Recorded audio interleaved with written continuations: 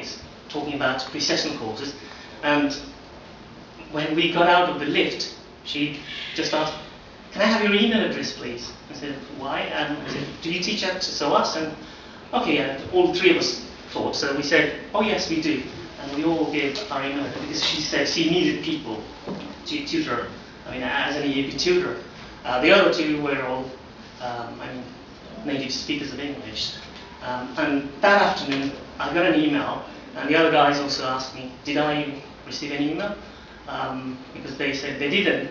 Well, I did actually, and then, it sounds like a bit, bragging about myself, but it's kind of something which I feel really proud of, because that's what shaped up my journey in this country, especially in UK higher education, because that gave me a kind of foothold to continue. Otherwise, there was a point when I was so frustrated. What should I do? And the other two, and those things, I don't have any significant memories. Of course, I did the job there, but those two I can never forget. I hope it wasn't boring. Okay, then in January 2006, that's when I started working at the Open University as a lecturer in English language teaching. I don't know how much you know about the Open University, but anyway, it is the biggest higher education provider in the country, because it has 260,000 students from all over the world. And it's open and distance learning education, as you can see there, some of the things, how we do. In terms of my work, I do two types of things at the Open University. One is what we call language across the curriculum, that is English language for students who need it to study other disciplines like science, engineering, or nursing, whatever, business studies. And the other is international English language teacher development. I'll be talking about it briefly later on. Of course, later on, almost 50% of my time goes in where the central department of the faculty of education. That's where I went to for my other degrees. That was in the 1990s. Well, that's when I did the first degree, and then did my master's later on towards the end of this last century. Okay, and during that time, before my flight to the inner circle, I did spend quite a number of years working as an English language teacher. The middle one, that's where I started as a secondary English language teacher in Gorkha again. And then I went to a bit posh school, which is much more resourced in terms of providing education to children. That's you may have heard of Gandaki Boarding School in Pokhara, which is quite well known. And also I worked as an English language educator, very closely working with NELTA, that is Nepal English Language Teachers Association, which is very influential in terms of English language education in the country. So I worked both as a teacher and also teacher trainer. And then came the time to fly from the expanding circle to the inner circle in 2002, when I got the honour of winning a Thornhaugh scholarship through the British Council. So went to Lancaster University, studied there, and that's how my flight to the inner circle started. Although I must say that I had a dream, I think one of these slides, where I had to learn or to be proficient in a foreign language when I was about 8 years old. Right, okay, my 12 years in the UK higher education, that was between 2003 and 2005. Right, okay, I went to Lancaster University, but always looking for, better opportunities, as you do, always. Came down to London from Lancaster. And during that time, you might see, the logos there and why they are there. I worked as a visiting English for academic purposes lecturer in these institutions. It was just a few hours here and there.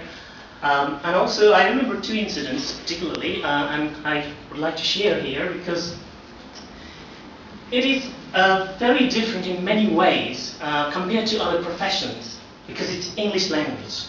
English language teacher coming from another country, especially Nepal, to work in an English-speaking country.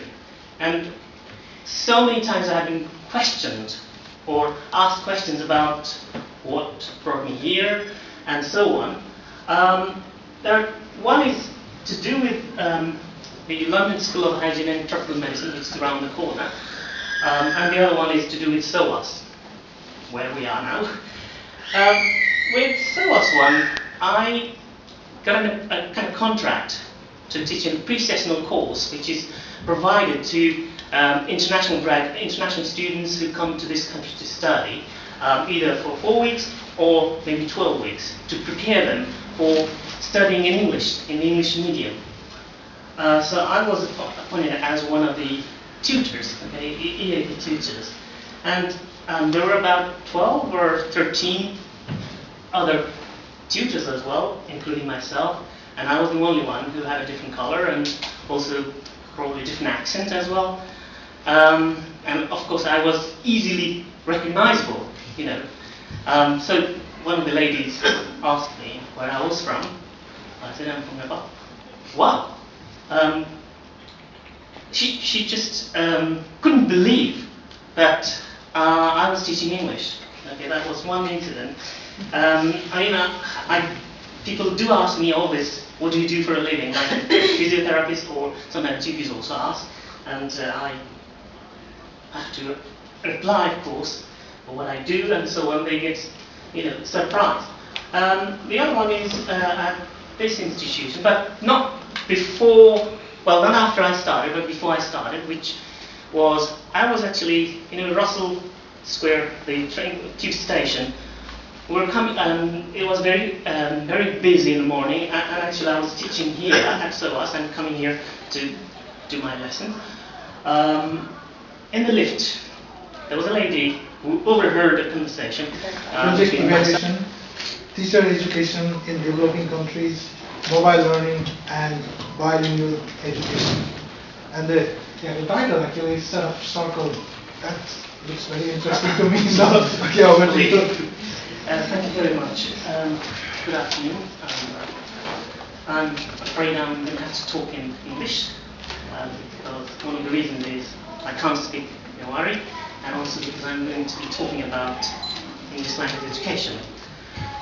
And I have to also say that it's going to be quite personalized in terms of what I'm going to talk about, because it's my journey. It's my career that I started somewhere else and where I am now. Okay, just a brief outline of what I'll be talking about in the next about 14 minutes. I guess that's what I'll have, and I hope I'll be able to keep that time. I'll be using a framework developed by Prithvi back in the 1990s, or probably in the late 80s. To describe my professional journey.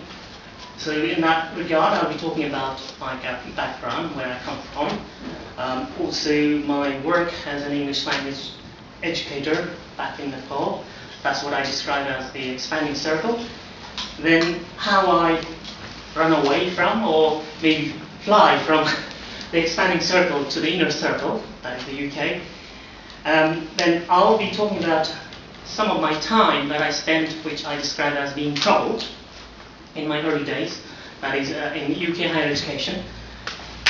Then most of the other moment I'll be spending talking about my time at the Open University where I work at the moment, and which will include international development projects, my own research, and hopefully there will be some moments to have some interaction around what I talk about.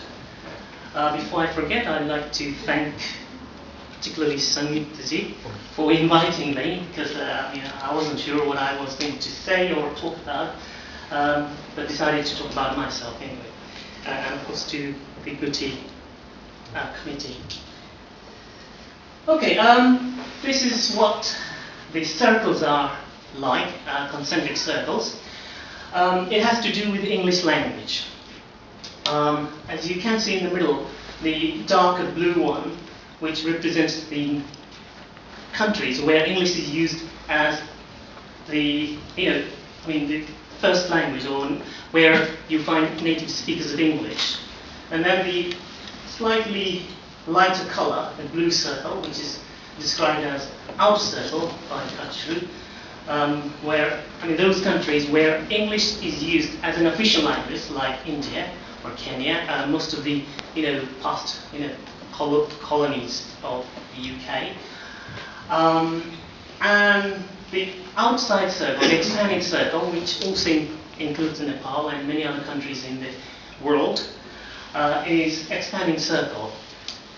There is a debate whether you can describe it like that or not, because English language does not belong to just the inner circle countries anymore. It belongs to everyone. Everybody speaks a language. This language. So, but because I come from Nepal, as we all know, I wanted to use this metaphor, from the expanding circle to the inner circle, because from the expanding circle, I'm kind of now in the inner circle, but it's not one-way flight, I must say. It's, back and forth in many ways, which you will see later on. Right. It is perhaps a bit unusual to talk about my background, because this morning, mostly, or this afternoon, we haven't heard much, but I thought, I hadn't had a clue what I was going to say, but anyway, I thought this is how I would do about myself. So I started in the expanding circle, as I said, born and brought up in a rural village in Gorkha. The word Gorkha was mentioned a couple of times this morning, where it comes from and so on. Anyway, it's the Gorkha district I'm talking about. The picture and corner at the bottom there, that's the school where I did my school living certificate examination school. And then I did my higher education at